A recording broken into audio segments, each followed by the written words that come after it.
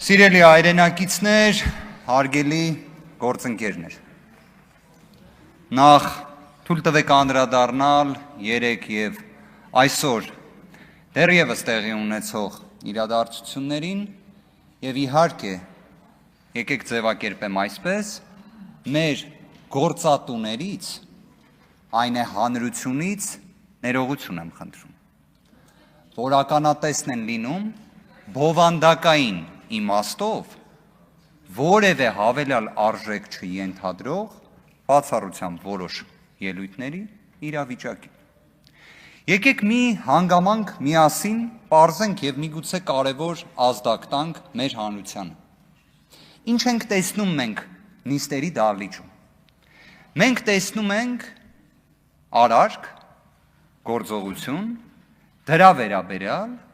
կրկնակի կամ մի բան ավել հակազդման գործիք։ Ես տենում եմ պատգամավորներից այնպիսի ատելության զգացում, ատելության։ Մի հատ հանգամանք ընդգծենք, պետք է որ Հայաստանի Հանրապետության ներսում ատելությունը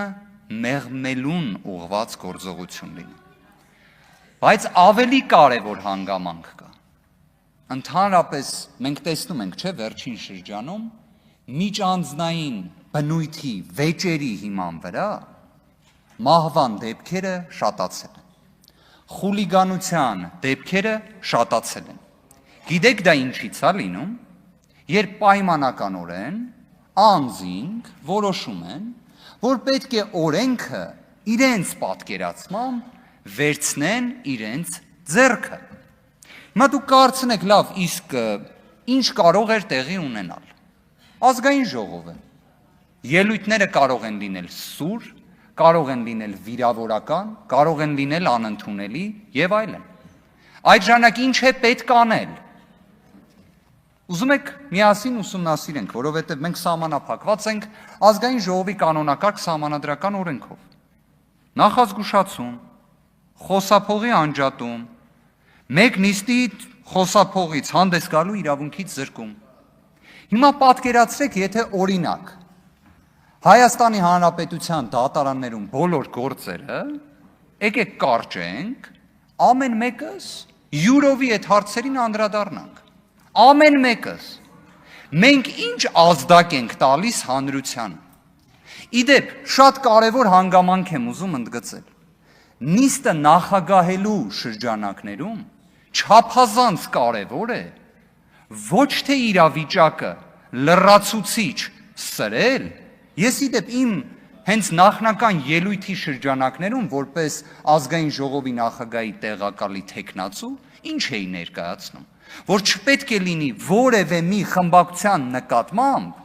հատուկ մոտեցում։ Պետք է լինի ամբողջ ազգային ժողովի նիստերի դահլիճի նկատմամբ հավասար մոտեցում։ Նիստը նախագահողը մեր խմբակցության կողմից ոչ ընդունելի որակված արտահայտության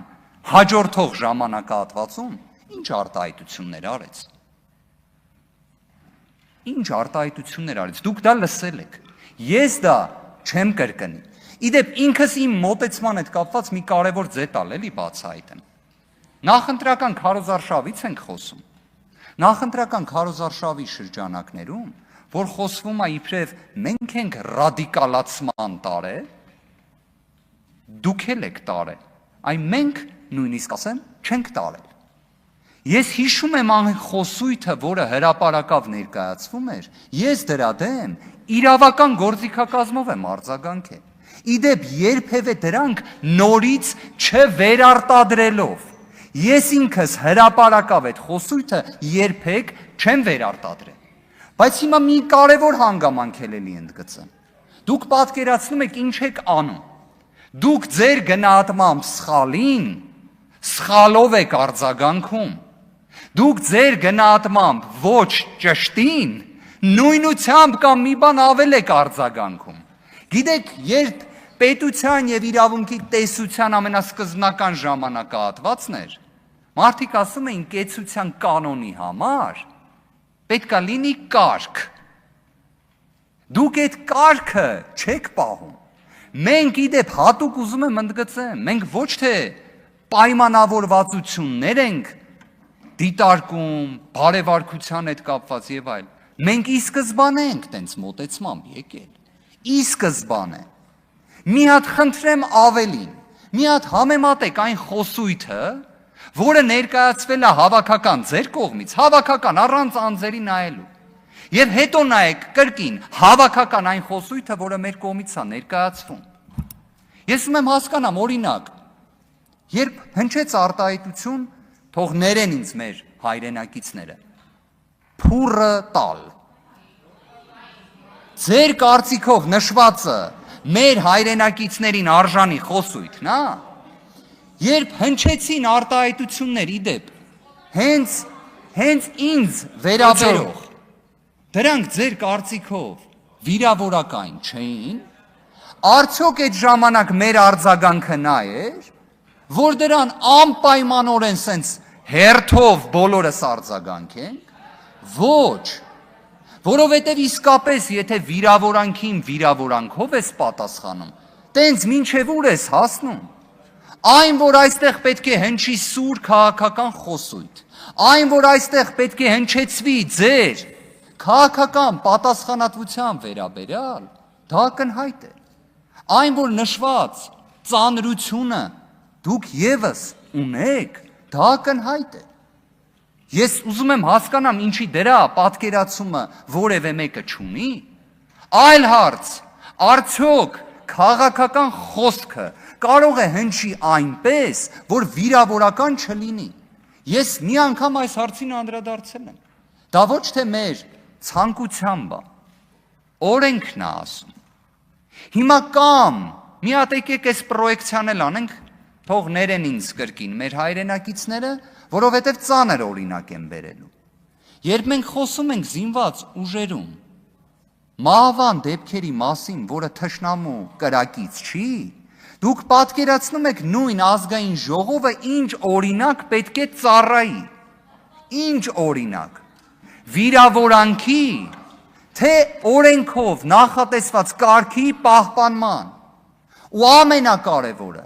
սխալին երբեք սխալով չպատասխանելով,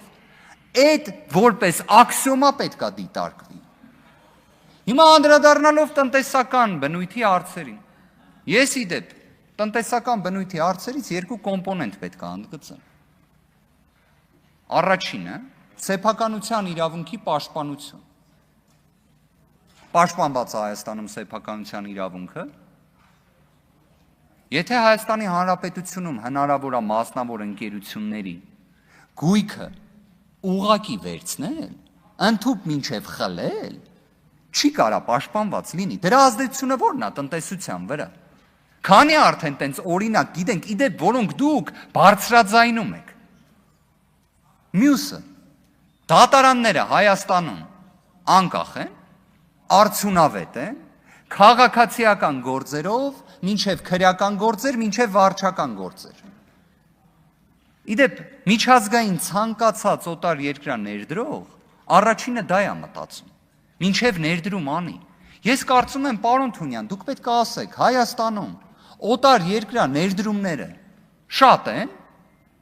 եթե շատ չեն, ինչի շատ չեն, եթե մի քանիսն են, ինչի են մի քանիսը, որովհետև եթե Հայաստանում ժողովրդավարություն է, բա պետք է օտար երկրա ներդրումները շատ լինեն։ Կներեք, սենց կարճ ձևակերպեմ, Հայաստանում սոցիալ-տնտեսական վիճակի բնութագրերից մեկը նա կարող է լինել, որ եթե ամեն ինչ այսքան լավ է, որտեղ պարոն Թունյանից ես ոչ մի խնդրի մասին արձանագրում չլսեցի, բա ինչի տենց չի իրականում։ Սիրելի հայրենակիցներ, ամփոփելով խոսքս, անկեղծ եմ ասում, իմ մոտ տպավորություն էր, որ ազգային ժողովի նիստերի դահլիճը զոհասեղան է, ինչ է։ Զոհասեղան, մոտավոր տվեք այդ մեկ մարդուն, այսինքն, եթե սա քաղաքական ամբիոն է, սա սահմանադրական մարմին է, Այսինքն ո՞նց պետք է այդ մթնոլորտը լինի։ Ջուն, Եթե այդ մթնոլորտը Ավարտենք։ չի, արձանագրենք, որ դա չի։ Շնորհակալ Բայց մենք առնվազն զոհասեղանների պատկերացումներ չունենք։ շնորհակալություն։